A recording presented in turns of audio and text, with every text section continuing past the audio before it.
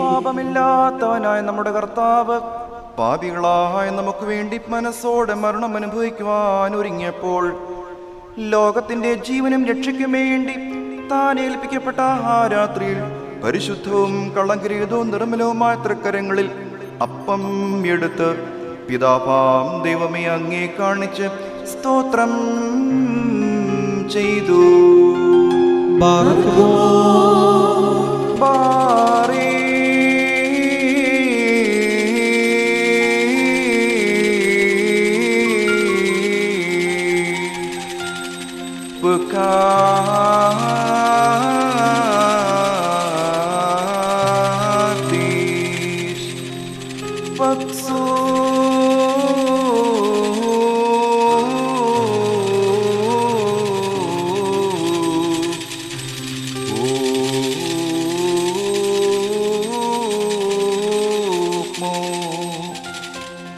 വാഴ്ത്തി ശുദ്ധീകരിച്ച് മുറിച്ച് പരിശുദ്ധ ശ്ലീഹന്മാരായ തന്റെ ശിഷ്യന്മാർക്ക് നൽകിയവരോട്, ഇത് വാങ്ങി ഭക്ഷിപ്പിൻ, ഇത് നിങ്ങൾക്ക് വേണ്ടിയും അനേകർക്ക് വേണ്ടിയും മുറിക്കപ്പെടുകയും പാപമോചനത്തിനും നിത്യജീവനുമായി നൽകപ്പെടുകയും ചെയ്യുന്ന എന്റെ ശരീരമാകുന്നു എന്നരുളി ചെയ്തു.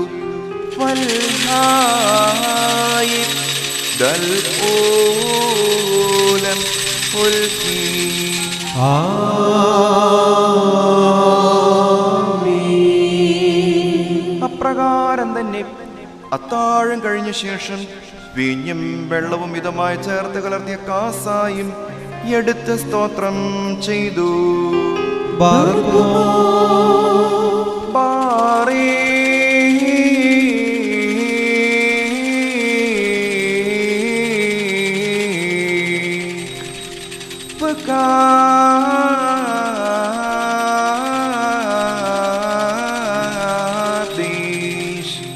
വാഴ്ത്തി ശുദ്ധീകരിച്ച് പരിശുദ്ധ ശ്ലീഹന്മാരായ തന്റെ ശിഷ്യന്മാർക്ക് നൽകിയവരോട്, നിങ്ങളെല്ലാവരും ഇതിൽ നിന്ന് വാങ്ങിപ്പാനം ചെയ്യുവിൻ, എന്തെന്നാൽ ഇത് നിങ്ങൾക്ക് വേണ്ടിയും അനേകർക്ക് വേണ്ടിയും ചൊരിയപ്പെടുകയും പാപമോചനത്തിനും നിത്യജീവനും വേണ്ടി നൽകപ്പെടുകയും ചെയ്യുന്ന പുതിയ നിയമത്തിൻ്റെതായ എന്റെ രക്തമാകുന്നു എന്നരുളി ചെയ്തു.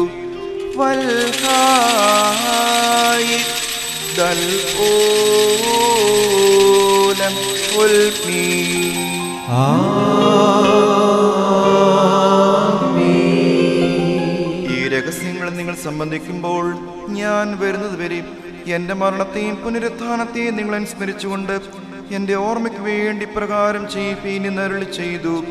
അതാ